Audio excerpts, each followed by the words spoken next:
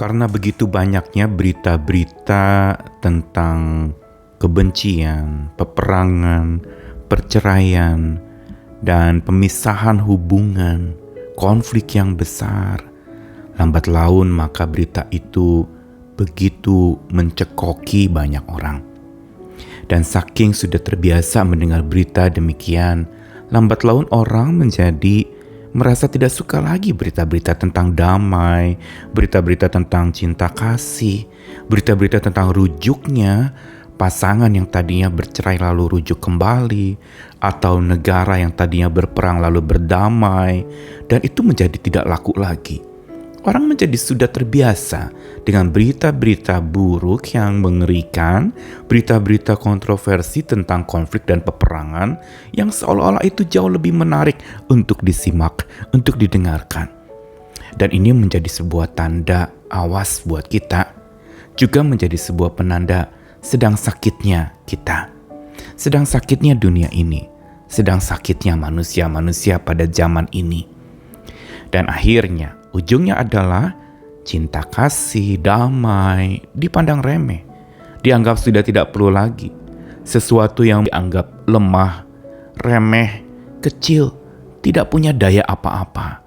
Karena berita itu, sebagian orang akan mengatakan, membuat ngantuk, terlalu menindakbobokkan dan membuai begitu rupa.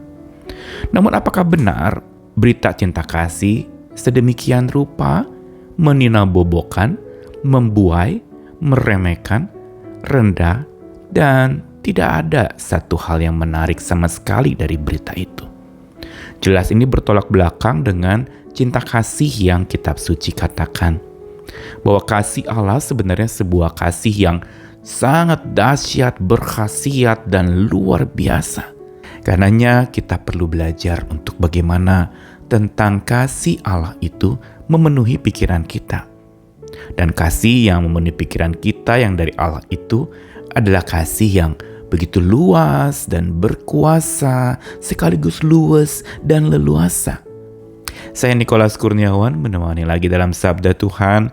Hari ini dari surat Paulus kepada jemaat di Efesus saat dia ada di penjara. Paulus menuliskan berita-berita dan doanya adalah tentang bagaimana cinta kasih itu bertumbuh di dalam diri jemaat-jemaat Efesus. Efesus 3 ayat 16-19. Aku berdoa supaya ia menurut kekayaan kemuliaannya menguatkan dan meneguhkan kamu oleh rohnya dalam batinmu, sehingga oleh imanmu Kristus diam dalam hatimu dan kamu berakar serta berdasar di dalam kasih. Aku berdoa supaya kamu bersama-sama dengan segala orang kudus dapat memahami betapa lebarnya dan panjangnya dan tingginya dan dalamnya kasih Kristus, dan dapat mengenal kasih itu sekalipun ia melampaui segala pengetahuan. Aku berdoa supaya kamu dipenuhi dalam seluruh kepenuhan Allah. Doa Paulus untuk jemaat Efesus adalah doa yang khusus dan terfokus kepada jemaat yang dicintai oleh Paulus. Dan untuk jemaat yang dicintai oleh Paulus ini juga Tuhan beritakan tentang cinta kasih melalui Paulus. Kenapa? Karena inilah problematika orang-orang di Efesus. Mereka sedang tertekan oleh tingginya pajak dari Imperium Roma waktu itu. Dan mereka juga jemaat di Efesus adalah hanya kelompok kecil, benar-benar super minoritas, sangat sedikit jumlahnya. Dan mereka merasa tidak punya nyali untuk bisa mempengaruhi kelompok besar yang ada, yang mayoritas menyembah dewa Artemis. Dan tempat wisata religi yang ada pada waktu itu adalah kuil dewa Artemis yang diminati banyak orang dan menambah devisa untuk kota Efesus. Sehingga tidak heran banyak orang-orang yang mulai berpaling dari kasih Allah. Kenapa? Karena cinta uang merajalela. Keuntungan pribadi itu dianggap yang utama. Dan akhirnya cinta kasih hanya kesekian dan urutan yang sama sekali tidak diperhitungkan. Karenanya doa Paulus menjadi sebuah doa yang terfokus kepada orang-orang Efesus untuk supaya mereka benar-benar bisa oleh iman dari Kristus, diam di dalam hati mereka, dan mereka berakar serta berdasar di dalam kasih. Inilah problemnya. Akar dan dasar mereka belum di dalam kasih. Akar dan dasar mereka adalah perjuangan-perjuangan tanpa kasih. Makanya kalau kita lihat sekian tahun kemudian, Rasul Yohanes juga menuliskan kepada jemaat di Efesus yang kekurangan kasih mula-mula. Dan ini menjadi sebuah doa penting dari Rasul Paulus untuk jemaat di Efesus. Sebelum mereka ditegur karena kekurangan kasih mula-mula, mereka sendiri pada waktu itu sedang kehilangan kasih, defisit cinta kasih, karena mereka menganggap kasih Tuhan itu tidak punya kuasa apa-apa. Karenanya doa Paulus menjadi penting. Dia berdoa agar mereka berdasar dan berakar dalam kasih Kristus. Dan bukan itu saja, mereka juga memahami betapa lebar, panjang, dan tingginya dan dalamnya kasih Kristus. Menarik sekali, lebar, panjang, tinggi, dan dalam. Bukankah ini kalau di dalam ilmu hitung-hitungan, ini bicara soal isi, bicara soal luasnya sebuah bangunan yang diukur dari lebar, panjang, tinggi, dan dalam. Paulus menggunakan istilah lebar, panjang, tinggi, dan dalam untuk menegaskan kasih Kristus itu begitu luas. Dan bukan itu saja, Paulus berdoa bukan saja mengenal kasih yang melampaui segala pengetahuan, tapi juga supaya mereka dipenuhi oleh kasih itu, sehingga mereka bisa memenuhi dan saling memenuhi umat Tuhan yang ada di jemaat Efesus, sehingga mereka mengalami kepenuhan Allah.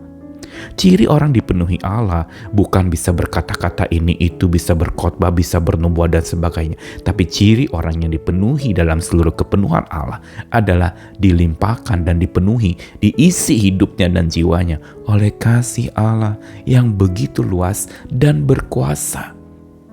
Inilah sebenarnya yang Paulus doakan, supaya kasih Allah yang luas dan berkuasa itu dialami oleh orang-orang Efesus, dipahami, dialami, sambil terus dipraktekkan dan dilakukan. Kasih Allah bukan saja luas dan berkuasa dalam karakteristik atau sifatnya, tetapi dalam prakteknya kasih Allah itu begitu luas. Berarti apa? Fleksibel. Memperhatikan konteks di mana mereka yang menerima kasih membutuhkan ini, membutuhkan itu, dan sangat menghargai konteks itu. Bagaikan air yang ketika taruh di botol bentuknya akan menjadi seperti botol walaupun dia tetap cairan, di gelas akan bentuknya seperti gelas. Luas, fleksibel, sesuai dengan tempat dan konteks yang ada. Dalam praktiknya cinta kasih harusnya seperti itu. Karena maha luas dan maha berkuasa, dia mampu masuk kepada wadah-wadah yang berbeda-beda, kepada jiwa-jiwa yang berbeda-beda. Dan bukan saja luas, praktek cinta kasih Allah adalah leluasa. Benar-benar bebas dia bertindak. Dia mengasihi dalam kedaulatannya tanpa pilih-pilih kasih. Dia mengasihi semua orang.